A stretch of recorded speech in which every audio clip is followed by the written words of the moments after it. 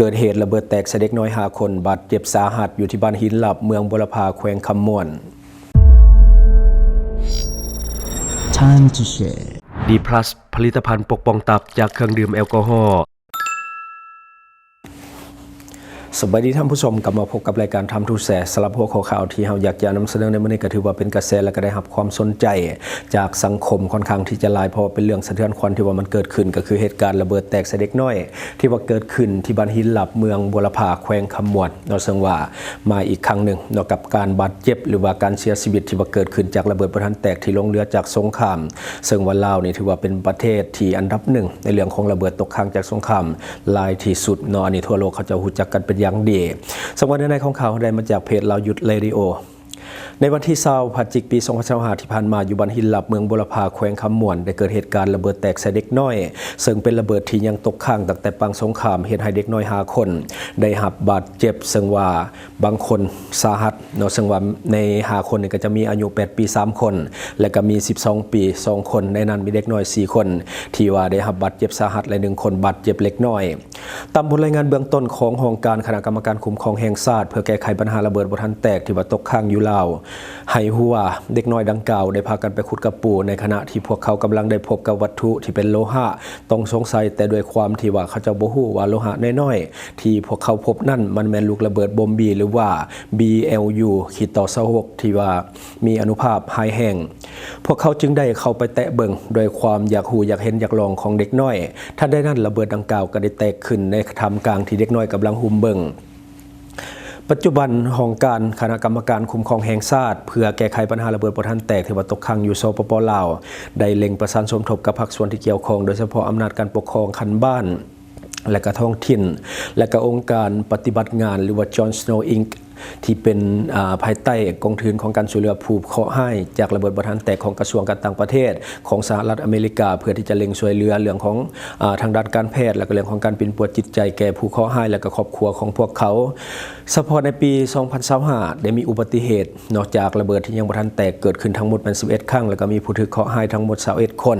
และมีผู้บาดเจ็บ16 คนและก็เสียชีวิต5 คนแล้วก็ผู้เคราะห์ให้กำลังได้รับบาดเจ็บและก็เป็นปัวคันฉุกเฉินในปัจจุบันนี้ได้กลายเป็นส่วนหนึ่งของสถิติประชาชนลาวหลายพันคนที่ตกเป็นเหยื่อของระเบิดปางสงครามในนั้นเด็กน้อยแมนกวามฮอด 40% ของผู้เคราะห์ให้ทั้งหมดที่ว่าเกิดขึ้นในช่วงที่ผ่านมาระเบิดBLU-26หรือว่าบอมบี้แมนเศษเรือจากระเบิดลูกหว่านกว่า270 ล้านหน่วยที่ว่าถูกทิ่มลงในสปป.ลาวในระหว่างปี1964หาปี1973และก็มีการคาดคะเนว่าประมาณ 30% หรือว่า80 ล้านหน่วยที่ว่ายังบ่ทันแตกและก็ตกค้างอย่างยั่งยืนอยู่ทั่วพื้นที่ของประเทศลาวรัฐบาลลาวและก็คู่ร่วมพัฒนาสากลยังสืบต่อในเรื่องของการเฮ็ดเวียกอย่างหนักเพื่อเก็บกู้ระเบิดในดินแดนที่ปนเปื้อนด้วยอันตรายจากระเบิดที่ยังบ่ทันแตกแต่ปัญหาเรื่องของระเบิดยังบ่ทันแตกมันได้เรียกร้องให้มีการสืบต่อการร่วมมือกับทุกภาคส่วนทั้งภายในและก็สากลโดยเฉพาะเป็นคู่ร่วมพัฒนาและผู้ที่ว่าให้ทุนอย่างรีบด่วนและก็มีความต่อเนื่องเพราะว่าทุกๆนาทีที่ว่าซักซ่าก็หมายถึงบอมบี้อีกหน่วยหนึ่งที่กำลังรอท่าเปลี่ยนความอยากรู้อยากเห็นของเด็กน้อยให้กลายเป็นความเจ็บปวดตลอดชีวิตองค์การคณะกรรมการคุ้มครองแห่งชาติเพื่อแก้ไขปัญหาระเบิดบ่ทันแตกที่ว่าตกค้างอยู่สปป.ลาวเรียกร้องมายังพ่อแม่ประชาชนทุกทั่วหน้าให้แจ้งต่อเจ้าหน้าที่ท้องถิ่นทันทีหากว่าพบวัตถุต้องสงสัยหรือว่าเป็นโลหะที่ต้องสงสัยและการปฏิบัติตามคำแนะนำการศึกษาความเสี่ยงภัยเรื่องของระเบิดที่ยังบ่ทันแตกอย่างเข้มงวดห้ามไปจับห้ามเคลื่อนย้ายและก็ห้ามให้เข้าไปใกล้เนาะให้แจ้งเจ้าหน้าที่ที่เกี่ยวข้องอย่างรีบด่วนให้เข้าไปตรวจสอบทันทีเด็กน้อยมันมีความเสี่ยงสูงเป็นพิเศษอำนาจการปกครองท้องถิ่นพ่อแม่ประชาชนผู้ปกครองและก็ครูบาอาจารย์ต้องได้ย้ำเตือนเรื่องของกฎระเบียบความปลอดภัยเหล่านี้ให้แก่ลูกหลานทุกๆวันที่พวกเขาจะออกไปใช้ชีวิตหรือว่าไปทำมาหากินแบบที่มันเกิดขึ้นในปัจจุบันเราต้องได้ตักเตือนลูกเต้าเวลาไปขุดไปกลไปง่ายโดยเฉพาะการเฮ็ดสวนหรือว่าเฮ็ดไร่เฮ็ดนามันมีอยู่ทุกพื้นที่สำหรับระเบิดลูกหว่านอยู่ในสปป.ลาวของเฮาที่ว่าตกค้างอยู่ในพื้นดินเฮาเองก็บ่ฮู้ว่ามันอยู่จุดใดบางทีเอาไปไถนาบางทีเอาไปขุดดินวันนี้มันก็ถูกลูกระเบิดส่วนใหญ่เนาะก็คือพบในพื้นที่การเกษตรซะส่วนใหญ่ท้องนาหรือว่าพื้นที่ป่าที่มีการบุกเบิกใหม่การจูดป่าบางทีการขุดการซาวนาแบบนี้ก็จะเฮ็ดให้เกิดระเบิดแตกใส่แล้วก็เสียชีวิตมาเรื่อยๆสำหรับประเทศเฮาในช่วงที่ผ่านมา คือปัญหาแบบนี้มันจะหลอกหลอนคนเราแล้วก็คุกคามชีวิตคนเราไปอีกนานแสนนานเนาะหลายชั่วอายุคนพลกว่าจะเก็บหมดเนาะการที่เก็บกู้ระเบิดให้มันหมดไปเนี่ยมันแทบจะเป็นไปบ่ได้เลยสำหรับในบ้านเฮาเพราะว่าเป็นประเทศที่หลายที่สุดในโลกและสำหรับเรื่องระเบิดตกค้างตั้งแต่ปังสงครามการที่จะเฮ็ดให้มันหมดไปนี่เป็นไปบ่ได้อยู่แล้วสำหรับส่วนชีวิตนี่นะและก็การที่จะเฮ็ดให้มันน้อยลงก็ยังเป็นเรื่องยากและในปัจจุบันเฮ็ดให้ปลอดภัยขึ้นยังยากเนาะเพราะว่าเฮาบ่ฮู้เดี๋ยวมันอยู่ใต้ดินจากมันอยู่จุดใดแน่ก็ต้องได้ใส่เครื่องมือที่มันละเอียดเนาะเครื่องมือที่ทันสมัยที่มีมูลค่าสูงในการกวดจับมันจึงจะพบสิ่งที่ควรเฮ็ดอย่างยิ่ง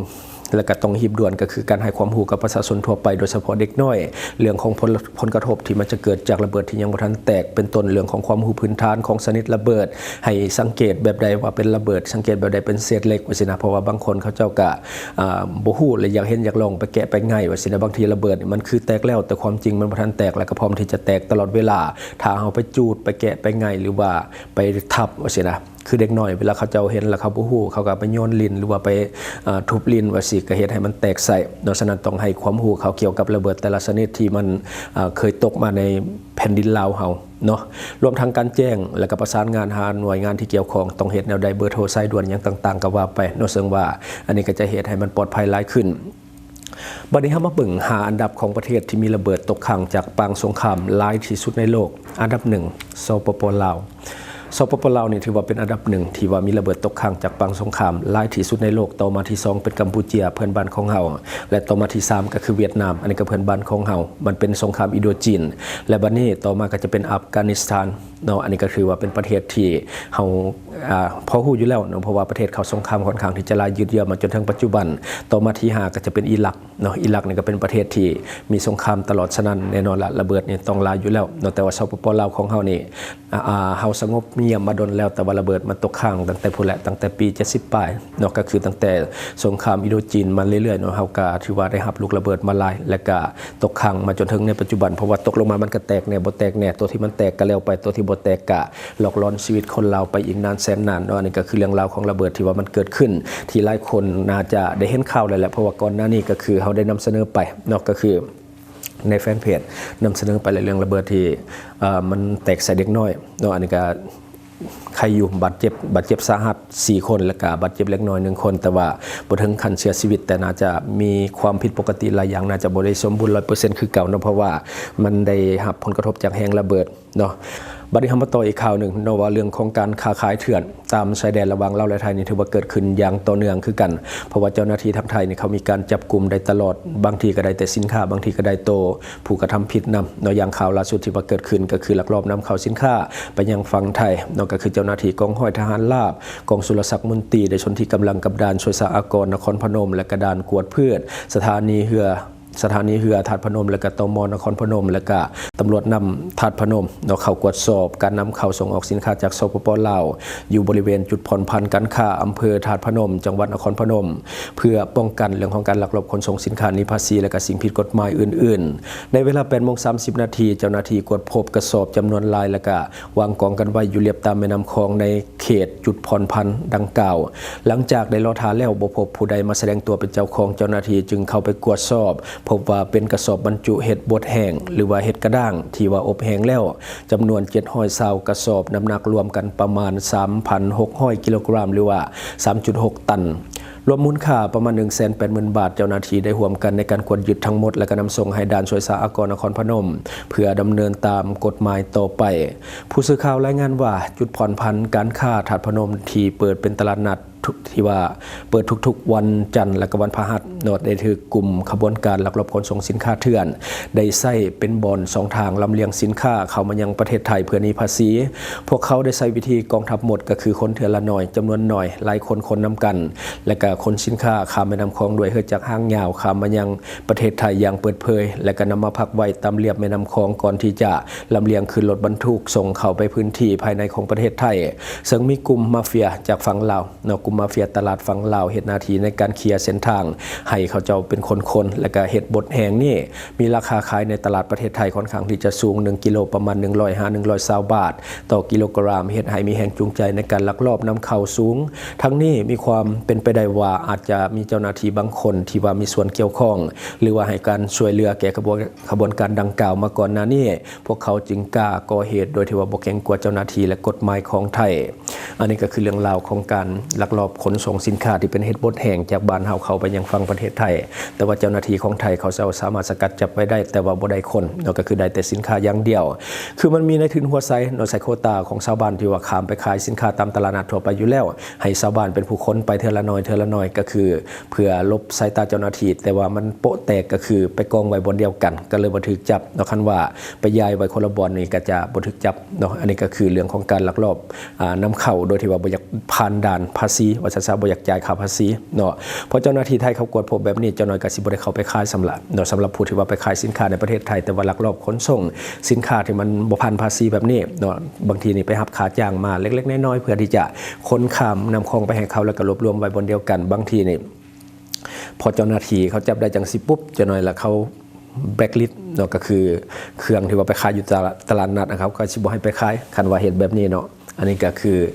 อยากให้ทุกคนมีสติถ้าว่ามีคนมาว่าจ้างเฮาคนให้แน่เท่านั้นเท่านี้ให้กันบางทีเงินเล็กๆน้อยๆเนาะเฮ็ดให้เฮานี่เสียโอกาสที่จะได้ไปขายเครื่องอยู่พุ่นบางทีเขาจับได้เฮาก็ทำผิดกฎหมายเขาก็มีการลงโทษหรือว่าแบล็คลิสต์บ่ให้เฮาเข้าไปขายอีกอันนี้ก็จะเฮ็ดให้เฮาเสียโอกาสในการสร้างรายได้คือกันเนาะฉะนั้นจงมีสติเวลามีคนมาว่าจ้างคนเครื่องที่ผิดกฎหมายถ้าว่ามันเป็นยาเสพติดมันแห้งกว่านี้เนาะอันนี้ก็คือสิ่งที่เฮาเก็บมาเล่าสู่ฟังหวังว่าท่านจะได้รับสาระดีๆสำหรับท่านที่ว่าเบิ่งรายการเฮาอยู่คิดเห็นจะได้กับสิ่งที่ว่านำเสนอไปก็อย่าลืมฝากไว้ภายใต้คอมเมนต์ของเฮาเลยข้าพเจ้าจะเข้าไปอ่านด้วยตนเองขอบใจช่องทางที่คุณสามารถรับชมข่าวสารจาก Time to Share Studio Fanpage Time to Share Laos YouTube Time to Share TikTok Time to Share Laos Facebook สิงห์ดาราสายลินอยู่เมืองลาวใช้แต่เงินกีบลาวและส่งเสริมผลิตภัณฑ์ภายในเพื่อลดพรการนำเข้าสินค้าและแก้ปัญหาเงินตา Subscribe for more video.